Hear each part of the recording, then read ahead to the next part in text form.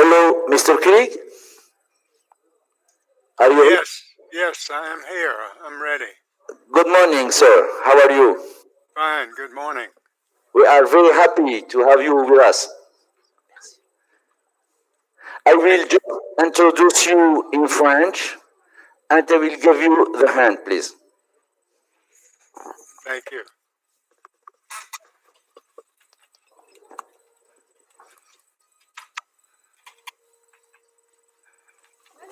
Ouais. Alors, je remercie tout le monde. So, thank you all the participants in the workshops. So, I was fortunate to participate in a workshop on electricity network. It was a rich workshop. I learned a lot about the Algerian issues. I hope the other workshops did the same. We will continue tomorrow just after the 3 interventions and presentations of tomorrow morning.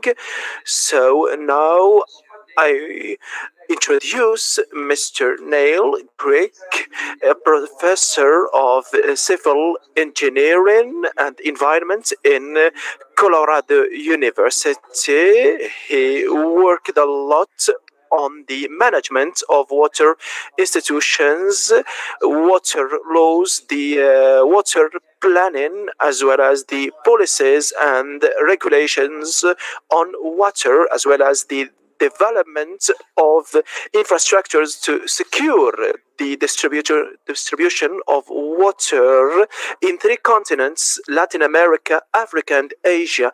Mr. Grigg, to have yourself with us. Recording is on.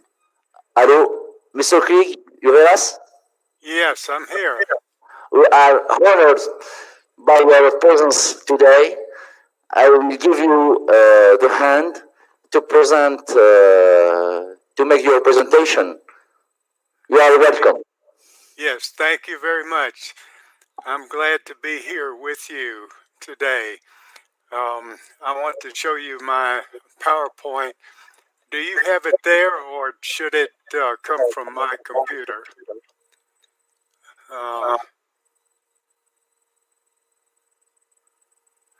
I think maybe I can share my screen and show you my PowerPoint, but this is a very interesting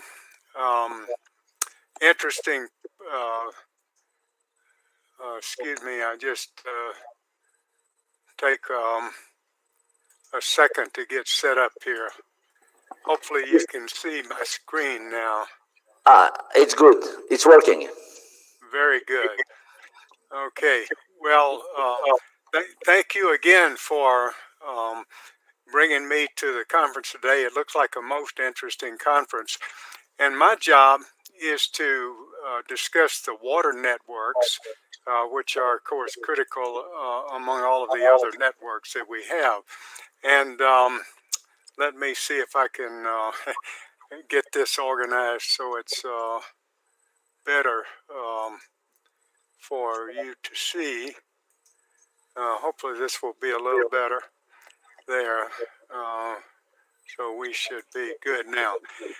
Okay, the presentation I'm going to make is about the water networks among the other networks that you're discussing. And water is a very complicated network system, much more complicated than most people understand. And we have a lot of experience in the United States to deal with many aspects of water. On my opening slide here, you see a picture which is characteristic of one of our major utilities, the Dallas Water Utility, City of Dallas, that provides drinking water. That's going to be my focus in discussing these networks, although there are other water networks that are very important that connect to the water supply network. Now, the context of my discussion, I'm thinking about the comparison of the size of Algeria with the United States. And I think a good comparison is with the state of Texas. It has a very similar um, urban pattern. It has very similar climate to Algeria. Algeria is about 3 times the size of Texas in area, and of course you have more desert. But you can see the general comparison with those. Now, among the water networks, we have multiple types of systems, multiple services that have to be provided by the water. This is a list of the different systems and services. They begin with the watershed, which is at the upper part of any basin, and then it includes various facilities such as reservoir, water supply, irrigation systems, groundwater networks, and things like that. Now, among the different um, networks that we're discussing, starting with electricity, including natural gas, telecommunications, transport, water is one of those that's interconnected in a very direct way with the other networks. The interdependence of water with electric power is especially strong, but water is connected to the other services too: transportation, natural gas, communications. All of these are linked together in an interdependency that water is very important in. When you think about how this system works in an overall way, you see that it's quite complex. It begins with the introduction of the water from the natural environment, and then it extends into the cities and pipe networks, eventually back into the environment through wastewater. So it's very complex and it has many different functions, which we have a lot of experience with in the United States. So I would like to take you through a quick explanation of how water networks are managed in the United States, starting with the largest systems, the watersheds and rivers. This is, for the most part, a function of higher levels of government. You see on the map the different districts of the U.S. Army Corps of Engineers. So the military, the civilian part of the military, controls the major rivers uh, for navigation, national security, flood control, and overall coordination. That's the main function of the national level of government in water management, is this overall interstate function. Then when it comes to water supply, which is the main focus of my discussion, this is mainly a function of local governments. And in the United States, uh, we have about 50,000 water supply organizations that operate in local governments. They're both publicly owned and privately owned. We have a free economic system, so private business is free to operate, but there's a lot of political interest, and there's also a lot of public governmental control. The main expression of the governmental control is regulation of water supply services and the safety of water, and that's exercised through the U.S. EPA, which is the United States Environmental Protection Agency. Now, you can see on the left a picture of a typical water supply system with local government. It includes the source of supply, which can be either the surface water or groundwater. It includes the water transmission lines into the treatment plant, and then eventually the distribution of water in the city. That's typical of water supply systems in any place, of course, because all of those functions are the same. Now, in the United States and in other countries too, we have a lot of issues that our water supply utilities are facing. One of the biggest today is climate change, which can cause a lot of severe problems with drought and shortage of water. Water supply safety, that is the health of people, is always the biggest concern because there are many linkages between water supply and public health. They range all the way from gastrointestinal disease problems to long-term chronic problems, including cancer. Infrastructure problems are really difficult because the water supply infrastructure is very expensive, and it's difficult to find the investment funds to pay to replace it and renew it. Within practically every country and every water supply organization, affordability is a big problem because many people cannot afford to pay for their water services.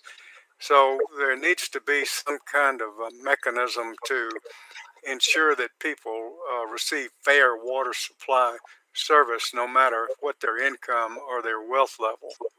Finally, in the case of water supply system, a lot of innovation is occurring today, which I'll explain in just a few minutes. So the water supply network is the main network to start with, but then the wastewater network is directly next to it, and it operates differently than the water supply systems in the United States, whereas a water supply system is going to have a utility, and it would be very similar to electric power or telecommunications. In many cases, wastewater, it operates like a utility in the United States, but it's more difficult to finance, and sometimes it's not organized exactly the same way. In the United States, we have about 16,000 wastewater treatment plants, which you can see a picture there on the left. And the reason that there are fewer wastewater treatment plants than there are water supply utilities is that in many cases, the water supply utilities in the cities will collect together and they'll provide wastewater treatment collectively in one place, like in a regional setting. Again, they are owned both by the public sector and the private sector, and they are regulated by the U.S. Environmental Protection Agency. Now, we have a different law for the regulation of wastewater than we do for water supply. For water supply, the law is called the Safe Drinking Water Act. For wastewater, it's called the Clean Water Act. That's very similar to what you see in the European Union. The European Union has got laws that are exactly the same in a mirror image of what we have in the United States. So whereas with water supply, the main concern is health and safety, with wastewater, the main issue is water quality and the environment. In the same way that you have many issues with water supply, we have a lot of issues in wastewater too. One of the biggest is the infrastructure, the high cost of infrastructure, the difficulty in operating the infrastructure. Many countries around the world do not have any wastewater systems, and sometimes even when they have the wastewater systems, they don't operate because they don't give priority to them. But in the United States, we have insisted to maintain and sustain our wastewater systems so we don't have that problem. Another type of issue we have is the performance of the wastewater systems, including overflows. In Algeria, of course, you have a lot of coastal cities, And so maybe you would have overflows into the sea, which would pollute the beaches and cause problems that way. Then finally, the same two issues that we had for water supply, the affordability and the innovation, we see that in the wastewater systems too. It's very important. Another network that's very important is the irrigation network of water. It's connected to the other two networks, both from the sense of the supply of water and also the water quality. Many times the irrigation systems can be downstream from a city, so if you have a lot of water pollution from the city, it may pollute the irrigation water and cause a lot of health problems there too. The organization of irrigation enterprises in the United States is very different than for water supply or wastewater. It focuses mainly on districts of different kind. In our governmental system, we have what's called special districts that exist for purposes that are defined by government. And one type of district is the irrigation district. The issues that we have there are very similar to the others. Climate change threatens the irrigation water supply. In California today, that's one of the major political issues because we have a big drought, a difficult drought in the western part of the United States, and many farmers are going without irrigation water, which is a terrible problem for them. Irrigation is also connected directly to farm issues. So food policy, food security, and water management are linked through the irrigation networks. In the category of innovation, the innovative trend that we see with irrigation is toward what is called smart irrigation. Smart irrigation involves the use of computers and sensors to optimize the application of water for crop growth and also to save money.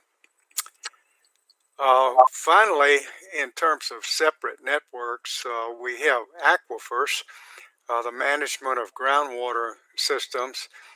It's similar in some ways to irrigation in the sense that the management authority of aquifers is usually going to be based on local districts, groundwater districts. And they'll be regulated for both water quantity and quality in order to sustain them so that they don't run out of water and they don't become contaminated. We have a lot of issues with aquifers. Many of them are becoming depleted because of so much use of groundwater. There's a lot of competition for the water.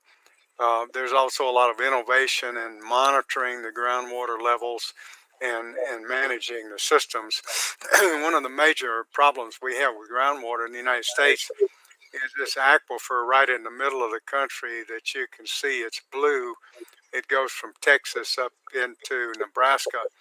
It's called the Ogallala Aquifer. It sustains a lot of the agriculture all through this part of the United States. And when the water is depleted in that part of the country, it hurts the agriculture very much there. Finally, in terms of networks, one of the trends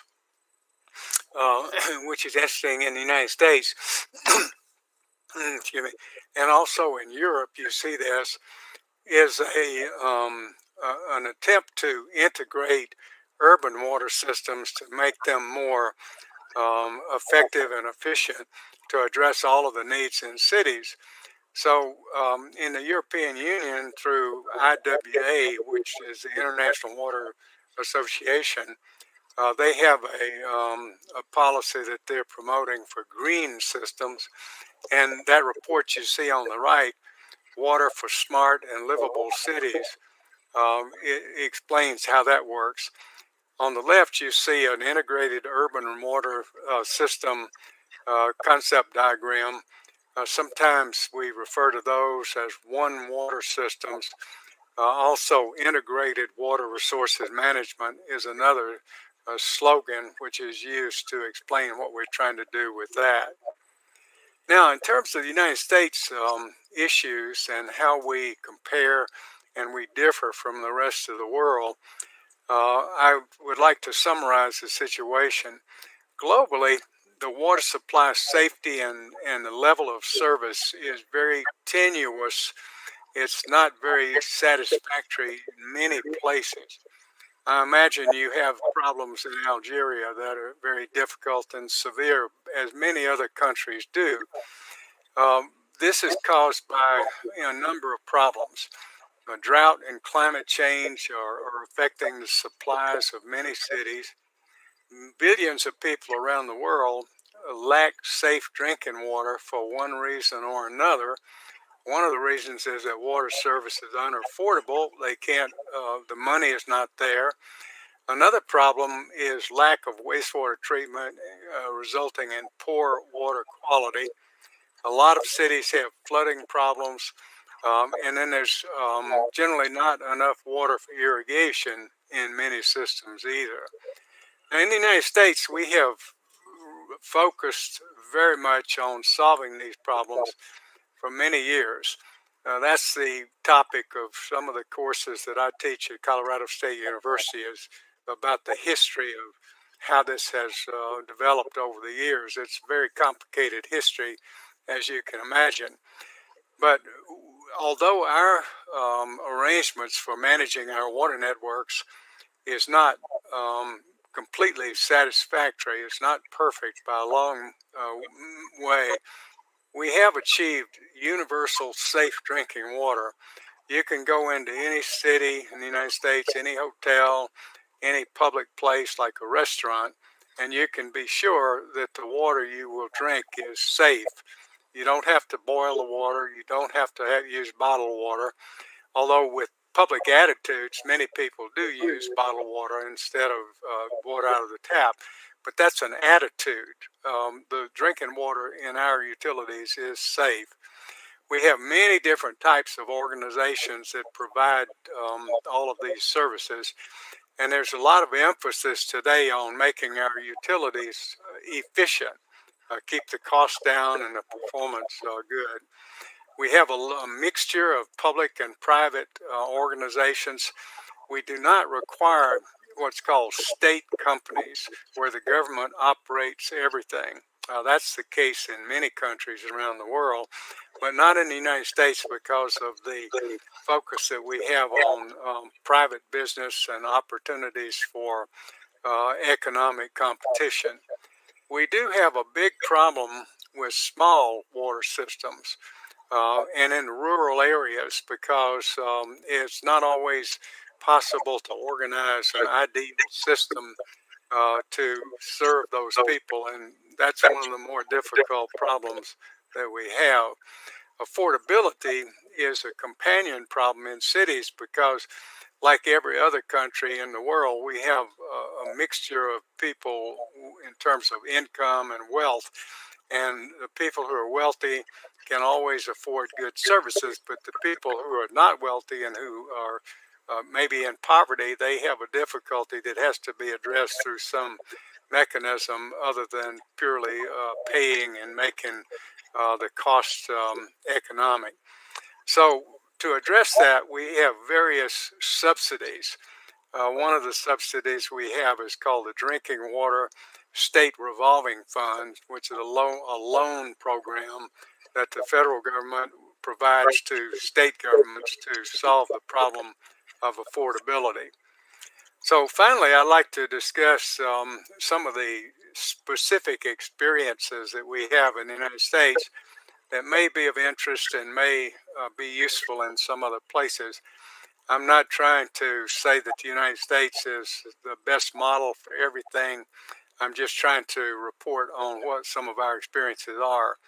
So in terms of governance, this is a problem everywhere, of course. And in the United States, being such a large country, we have federal level, state level, and local level of government. and they have shared roles, have to work together to make all of this successful.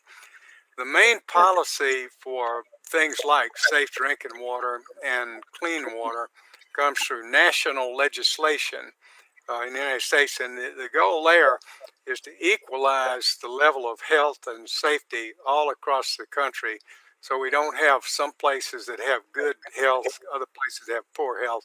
Equalize it across the whole country. The legislation requires transparency. That is, you need to be able to know how much your water is going to cost. You need to know how safe it is. If there's a problem, the citizens are notified about that. And this is required through the Safe Drinking Water Act and in what is called Consumer Confidence Reports, CCR. A Consumer Confidence Report is a monthly notice to the citizens who drink the water about what the safety of the water is. Then the governance of water supply at the local level is through boards of directors and cities, special districts, people who are either appointed or elected to serve on these boards to govern at the local level. As I mentioned before, there's a mixture of public and private operation of utilities, and this is a very interesting topic in the United States because many times you can have competition between privatization or public offering of utility services. Privatization sometimes works for smaller utilities that are not able to sustain their full level of service. There's not enough money. And so we have some companies in the United States that are buying up those small systems and creating larger networks of systems that could be managed collectively. That, of course, is a global phenomenon, and you have large water companies, some of those especially out of Great Britain and France, pretty well known for buying up systems around the world to privatize them. Now, sometimes in the United States, privatization can be very divisive, politically controversial. It can be one of the most confrontational issues in a city because people are very jealous about their water supply. Public attitudes are really important. Once the system is privatized, to go back to a government operation through municipalization is very rare. Conversion from private to public doesn't happen very often. Now, in terms of the service levels, as I mentioned before, we have safe, reliable water service 24 hours a day, 7 days a week. This means that we don't tolerate customer outages of water.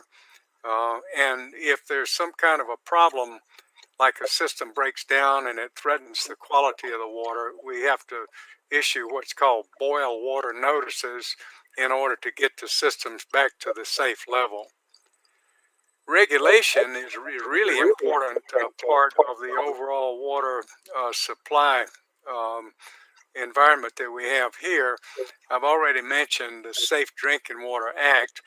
And one of the interesting things about regulation of water supply in the United States is that for the most part, public utilities are not regulated for their financial performance.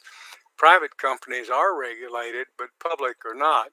This means that the regulation has to be through the political system at the local government level. That's very interesting. Not enough time here to discuss that in detail, but I know regulation would be an interesting topic for this conference. Finance, I've mentioned a couple of times about the affordability being an issue, and the way that utilities are supposed to operate is as businesses. It's called to operate on an enterprise basis. It's a basic concept of utility theory, which is, of course, that you have to break even by collecting user charge for the service that you provide. In the case of water, it's more difficult than it is for electric power or telecommunications, because water has a lot of social purposes as well as economic purposes for people. So again, how to make a utility operate on an enterprise basis is a very interesting and complex subject. In terms of keeping our utilities operating effectively and efficiently, we have a challenge in sustaining good workforce capability.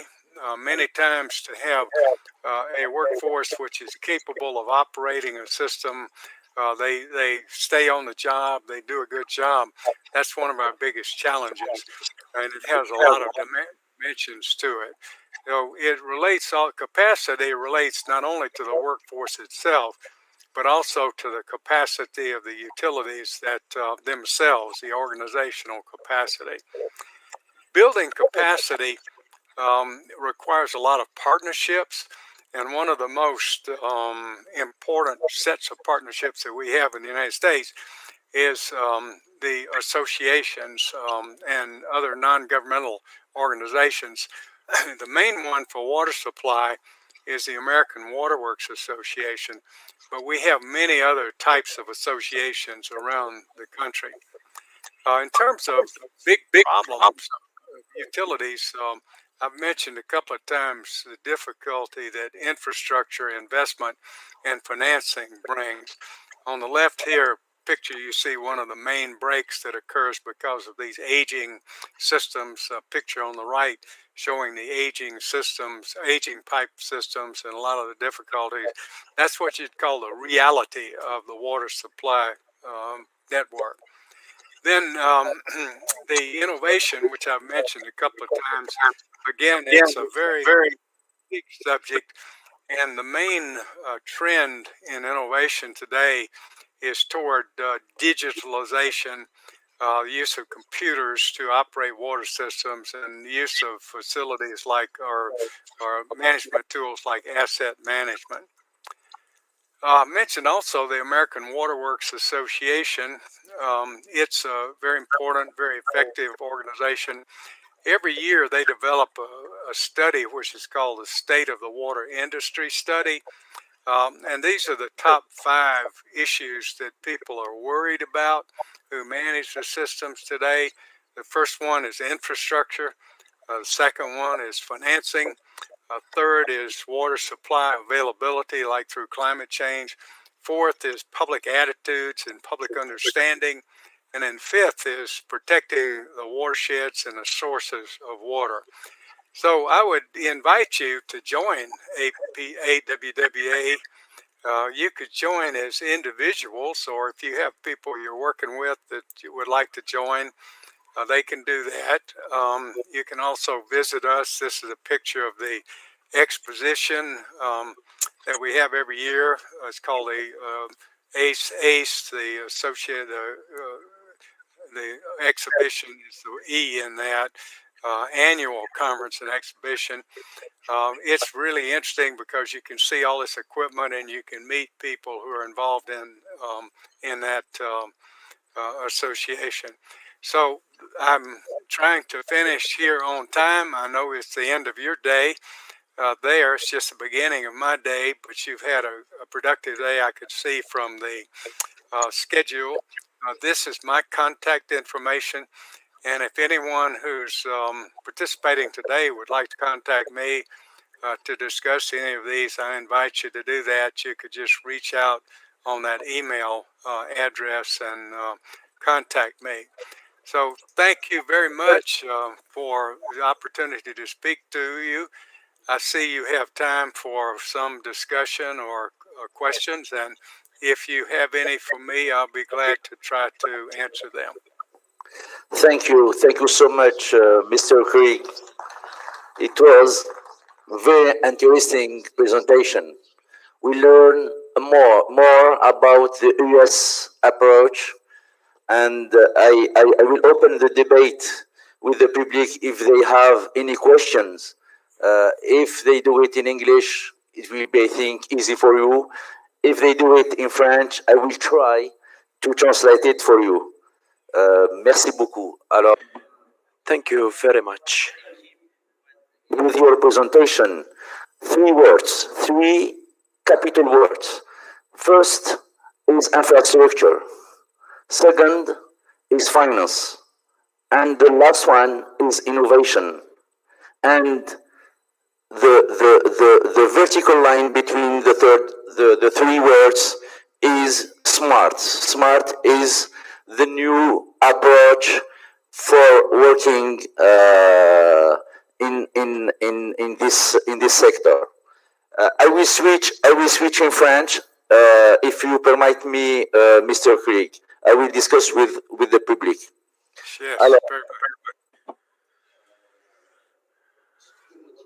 So the thing that I keep from the presentation is three words: the infrastructure, financing, and innovation. So the three keywords are the most important ones. So we should focus mainly on these words. And we should also focus on the partnership, public-private one, and the public authorities didn't invest a lot in the water infrastructures. So, do you have any questions for our dear presenter, Mr. Greg? Thank you. Thank you for your very interesting presentation. But I was surprised by two things. So I have two questions. The first one, I hear all time, we have problem, we have problem, we have problem. It seems that you have more problem than Algeria with water. So is it due to the absence of enough water for the consumption, or is it due to the legislation? This is my first question. The second question, I was very surprised you don't mention the exploitation of the shale gas and the problem. Because if we read some article in the web, all time we see there is a big risk, there is a catastrophe for the water reserves, specifically for the underground aquifer. So you don't mention the shale gas. There is no problem in the United States with the between the water and the shale gas, or not? Thank you. well, thank you for very interesting questions. On the case of the first one, you show a lot of perception of these issues. And yes, we talk about problems, but you know, it's a relative thing. And what you see in all societies is the more that people have, the more they expect to have.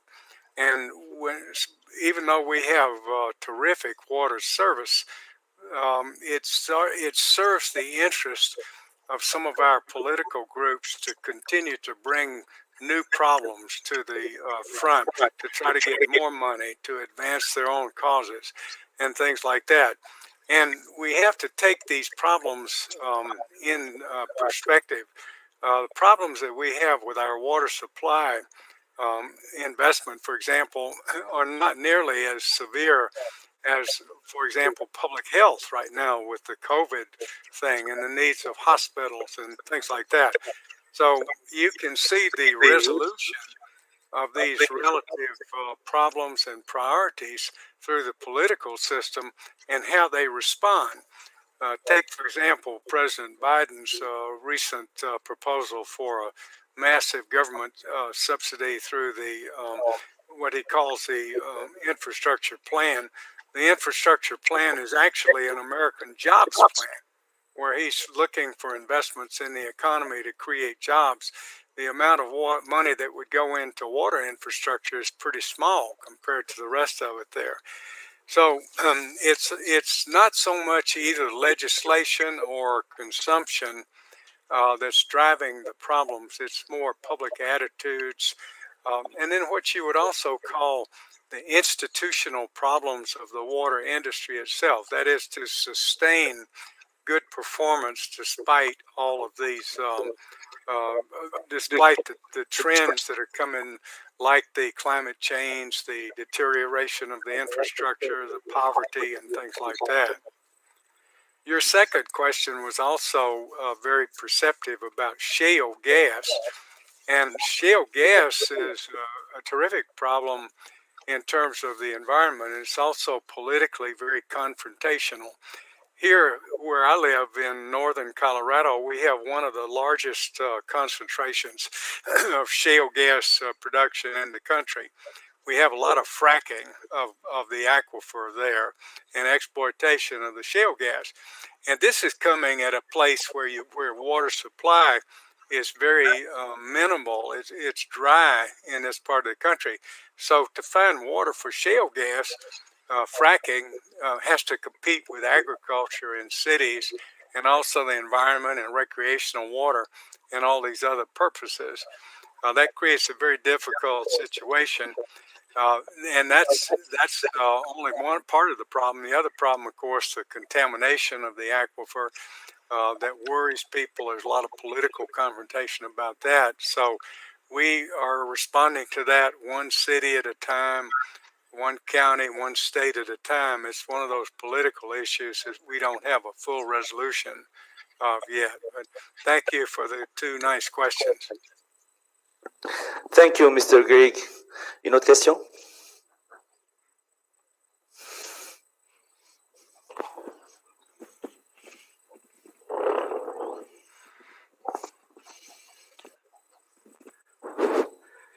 Merci pour votre intervention.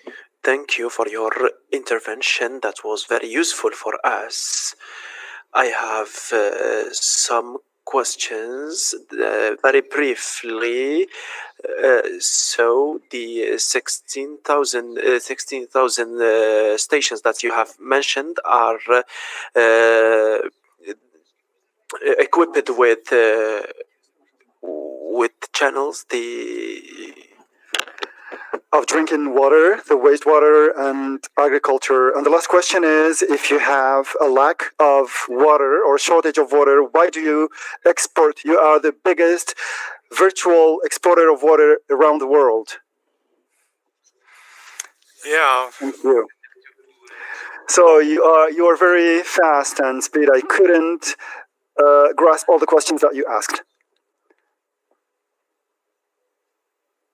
I missed the first question. It was about the 16,000 wastewater and water supply plants. The second question I did understand. Let me go ahead and answer it. And in case you'd like to repeat the first question, then maybe I could do a better job on it. We do export a lot of our water through virtual water export through crops. This again is a very difficult issue, and it would be especially acute where you live because you're so short of water in that part of the world. All through Northern Africa and the Middle East is very difficult. Trade-off between water, food, virtual water, export, food security, and things like that. That shows the connection between water policy, water security, and local political situation in terms of national security. In the United States, an export history like grain, for example, which contains a lot of water, beef, which contains even more water. Once you have started that, and you have a lot of farmers who are depending on the export market, the political interest groups to sustain that are very powerful. You wouldn't be able to reduce that just for the goal of reducing the virtual water export from that, because the political opposition would be too great. So there's a big connection between water policy and politics in that way. So if you could help me with that first question, I would try to do a better job of answering it.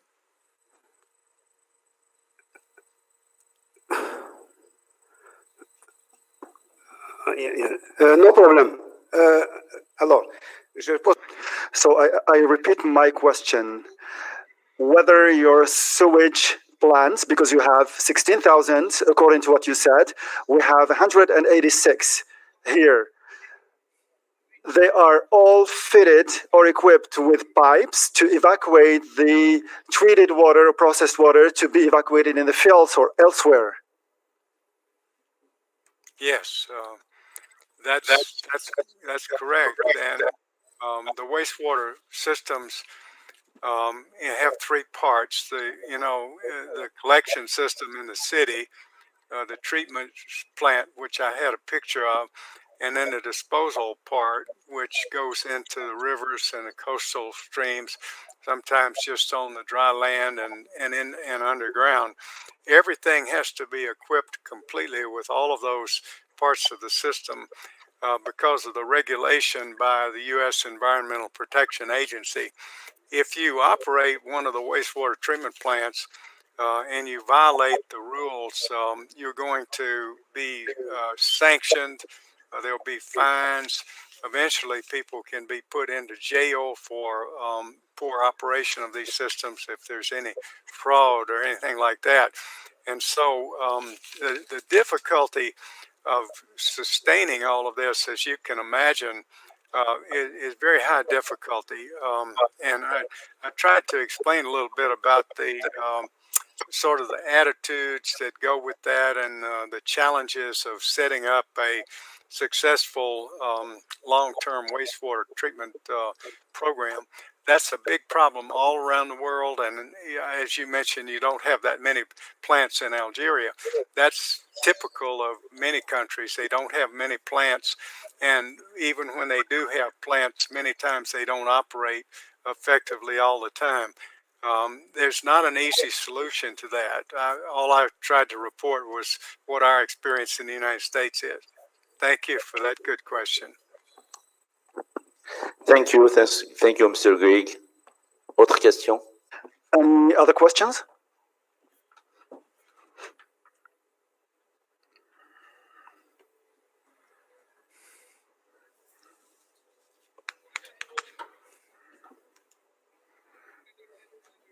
The National Council speaking. Thank you for, I'd like to thank you for your presentation today.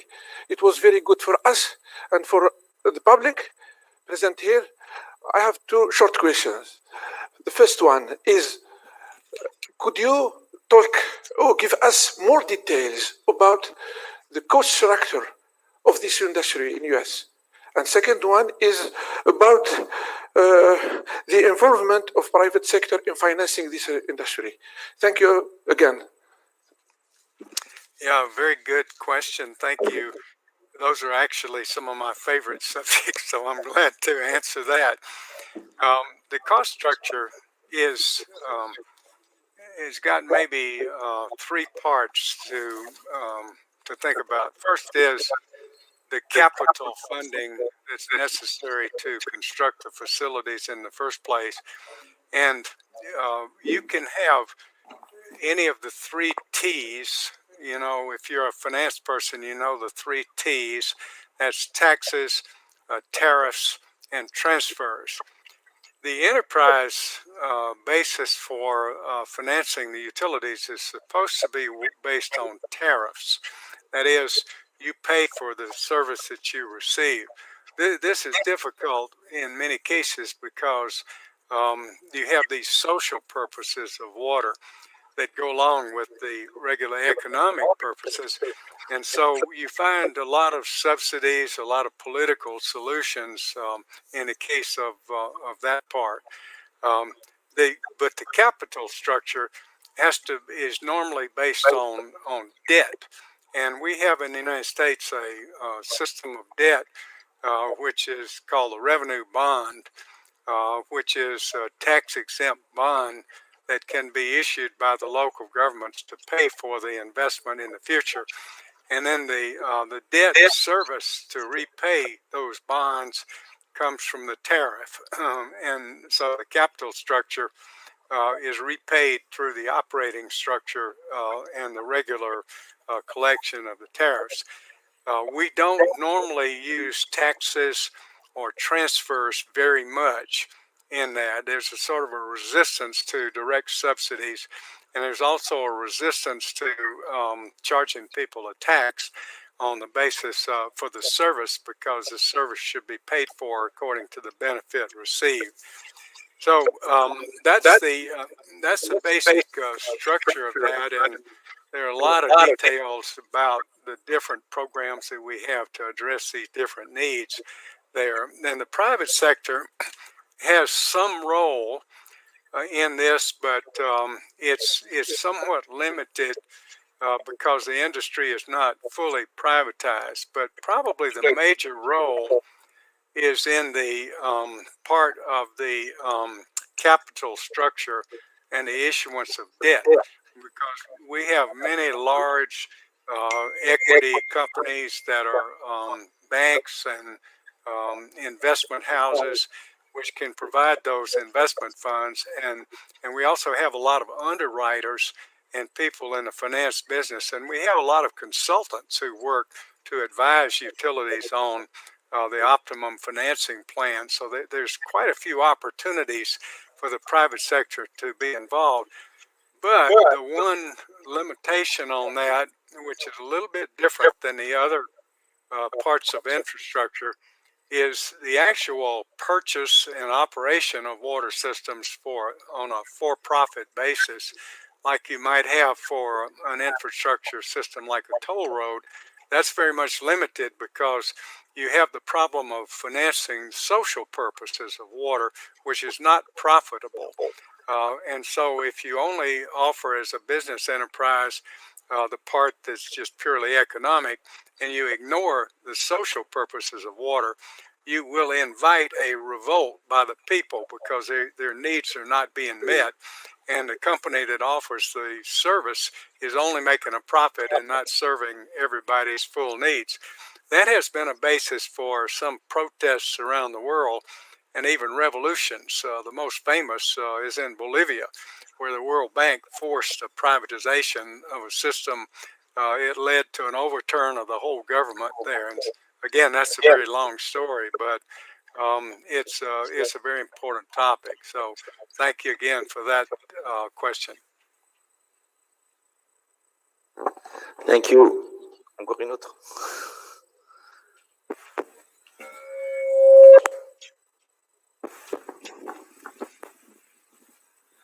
Sorry, sir.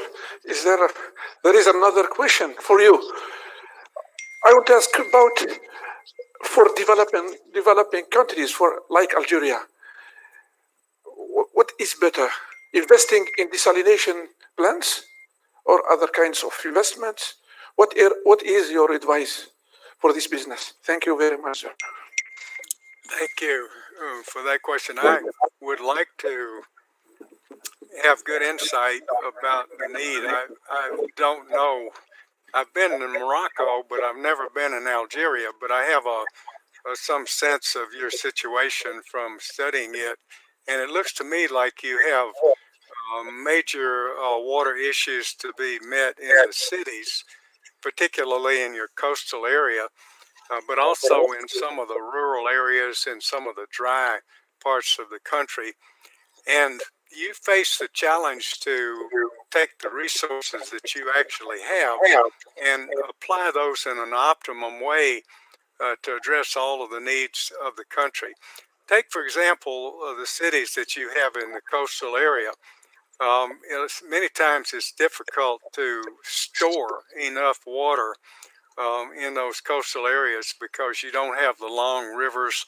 They're placed to have large reservoirs everywhere. And so you face the problem of having security, long-term security of your water supplies.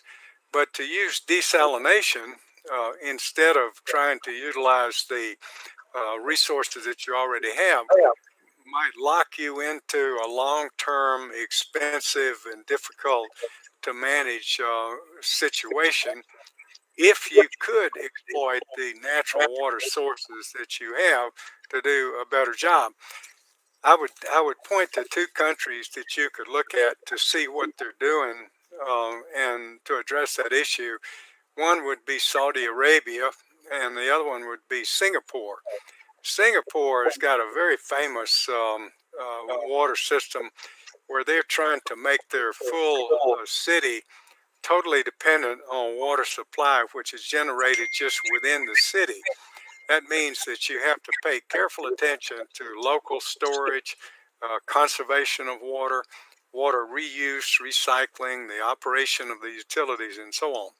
Saudi Arabia has a more difficult situation because it's so dry there, but they recognize the real challenge of long-term management of water in a way that they could have security in the country to take care of their rapid urbanization that they have within the resources that they have. In their case, they're not going to be able to provide enough water without massive desalination. But I guess the bottom line for my answer would be try to do the most you can with local resources, but if you can't, in the end, meet the minimum needs, then probably you should consider some desalination, which I know is very common in the Mediterranean region because of the problems that we're just talking about. Thank you. Thank you very much, Mr. Crick. D'autres questions? Je pense qu'on arrive à la fin. So I think that we are at the end of the meeting today. It was very interesting, and the debate was more interesting. We thank you a lot. Bye-bye. Bye-bye. Thank you very much. The chairman of the council invites you to come here in Algeria to make a conference directly here. Are you okay? Oh, yeah, sometime in the future, I'll be glad to do that. Thank you very much. It's the honor for us. Thank you very much, mister. All right, thank you. Bye-bye. Alors, avant de partir, So before leaving, because we have come to the end of this session, so I'm going to devote a few seconds to give you the program for tomorrow. So from 9 to 12, there will be 3 sessions, the first of which will be very important, delivered by Mr. Jacques Bois, who is very well known for in the energy field. He worked in the nuclear energy. Above all. And after that, we will have 2 interesting presentations to listen to. From 10 to 12, we will resume the workshops, and I hope that we'll end up or we will finish filling out the matrices that we have provided you with. And, the purpose is to feed the matrix, and the CNAS team is going to filter all that and culminate in conclusions and recommendations, and we will finish with a lunch break. So thank you very much, and see you tomorrow. Moi, c'est toujours un plaisir d'être parmi vous, et je tiens à vous remercier donc pour la participation durant cette première journée, qui était combien riche et complexe. Ce qui est important pour nous,